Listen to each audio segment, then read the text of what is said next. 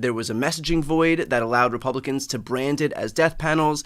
Moving forward, the Hunter Biden stuff, which we didn't think was worth our time because it was nonsense about some laptop, he's a private citizen. Well, the Biden crime family became a rallying cry on the right. Moving forward, I mean, just this past week, the plane crash happened, and we rightly waited to say something about it because there were still bodies in the Potomac, and Donald Trump came out and blamed DEI. So in instance after instance after instance, when Democrats wait and allow Republicans to fill that void, it's when they're able to completely control the narrative. And right now you're at the DNC.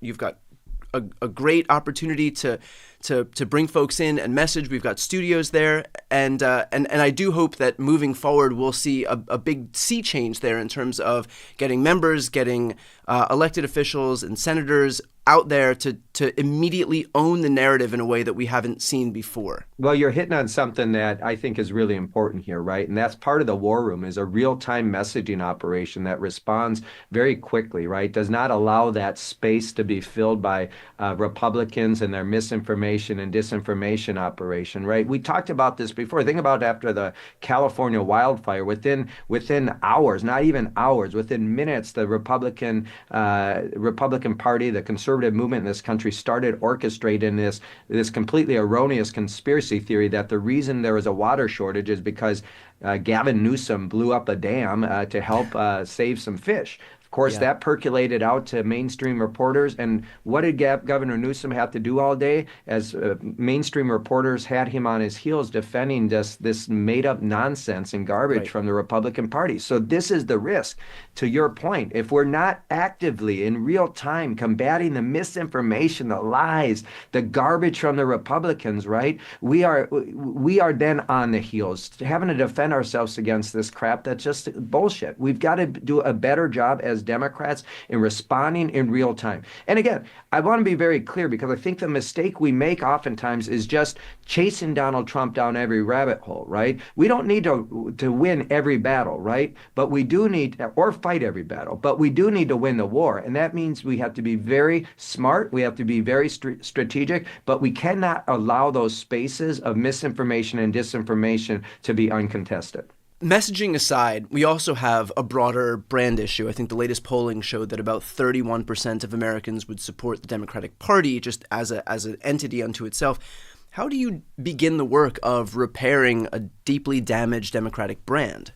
Well, I mean, first you have to speak very clear, very loud, and strong. Americans want a strong fighter. But I think at the end of the day, as we've talked about, right, last year there was a poll that came out that showed the perceptions of the two political parties has completely changed. Now, the majority of Americans believe that the Republican Party best represents the interests of the working class and the poor. Democratic Party is the party of the wealthy and the elites. As I said before, of course, the only two groups we overperformed with last year were wealthy households and college-educated voters. That's a damning indictment on our party. So what we have to do, right, is we have to show people that we're going to be strong and stand up and fight for our values and fight for their lives. But what I think is really important here is, it's not our message. And this is really important because I see a lot of Democrats, of course, trying to course correct after this last election and say we need a whole new policy prescription, a whole new agenda. And, Missouri, the state of Missouri is a perfect example in this, Brian. They passed a minimum wage increase, paid family leave. They passed abortion protections, all by wide margins. Those same voters went down the ticket and voted for Donald Trump and the Republicans. So I really want to caution people in this moment to overcorrect and throw out very popular policies that we champion as Democrats. The challenge is really partly a brand problem, but it's not a message or policy problem. It's a messaging problem, right? And you highlighted the fact that we need to be more proactive and respond in real time. That's part of the challenge for sure in combating misinformation and disinformation. But the other piece we need to do is figure out why in the hell People are not connecting the things that they support by wide margins throughout this country. These things are passing in ballot initiative and referenda, yet people are not connecting them back to our party and candidates. That's a messaging problem. People need to know that we give a damn, right? And, as I've said, it's really important to remember in this big tent coalition that we have as Democrats, what unites us, right? And I talked about this last time, and I'm going to talk about it again, because the reality, what unites us as Democrats is economics, right? A corn farmer down in southern Minnesota, like my father-in-law, and a steel worker up on the Iron Range, and a new refugee in the Twin Cities, the thing that unites them is a belief in the American dream, the idea that if you work hard, you should be able to build a better life for you and your family and climb the economic ladder. That's what unites this big tent coalition in the Democratic Party. We need to get back to that in terms of our brand. We need to center the conversation around kitchen table issues and focus on the things that really animate voters again and give them a sense that we haven't forgotten about them. And I'll tell you, Brian, I'm going to just quickly share a story with my father-in-law. He's a beef cattle farmer down in southern Minnesota, and he voted for Democrats his whole life. Yet in 2016, 2020, and 24, he voted for Trump. And the reason I share this story is because when I asked him, "Why'd you vote for Trump?" Thinking he'd give me some sort of, reason around egg policy or farming, it really came out pretty clear is that he was feeling forgotten. He was talking about the fact that his school that he went to is closed down and consolidated with another school, so he didn't have a Friday night football game to go to. The clinic on Main Street that he took his wife to for her health care is closed, so he's got to drive 50 miles for health care.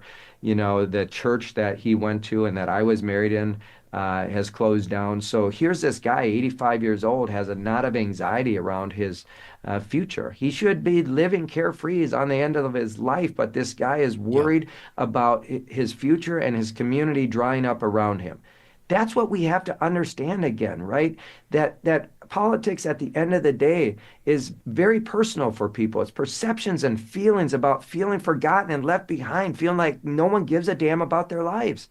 That's what we have to do as a Democrat. I come from a very working class background, and there's so many people just in my own life that have left the Democratic Party who've been with us for years who don't feel like we're fighting for them anymore or we give a damn about them or their communities. Maybe I'm wrong here, Brian, and I could be, but I think it's getting back to basics, just being the champion for the little fella, right? Just being the champion for the person who, lives in rural America or in the suburbs or in the urban core who's not feeling like they can get ahead right now. It's much more complex than that for sure, but I just think we got to get back to basics and be the champion for working people in this country again. One particular subgroup that Democrats did not perform well with was young men. They pose a particular problem. Obviously, it's a cohort that I'm focused on because I share a lot of attributes with them. What is your plan to approach that issue? And the reason I ask that in particular is because for young Gen Z men, I mean that's a cohort that Democrats in the past should have no issue with. I mean, the notion that when I was growing up as a millennial, that we would not have young millennial men when we were 18 to 25 would be a complete fiction. And now the sad reality is that we have lost young Gen Z men. And so moving, that's the future. If we lose young folks now, then moving forward, Democrats are going to have a really tough time being able to consolidate support. So what do you do about the young folks who have lost, who have left the party? Well, first, I mean, let me speak specifically to young men because I think that, I have two young men who are my sons, 22 and 20, right? And I had, when their friends come over and they're drinking beer, I sit around and listen to what they're talking about. And there's real despair about their future, right? A real sense, as you listen to them that they feel like, so many other people around them are getting ahead, but for them, they're not quite able to. And, I think part of this is we oftentimes talk about as Democrats about how we can help people's lives. We never really give people a sense of what that looks like, and particularly young men who are interested in building wealth and prosperity, who are really interested, but feeling like they're not given as much of a opportunity to do that. And, so for us, we really need to speak specifically when we talk about economics and climbing the economic ladder with younger men about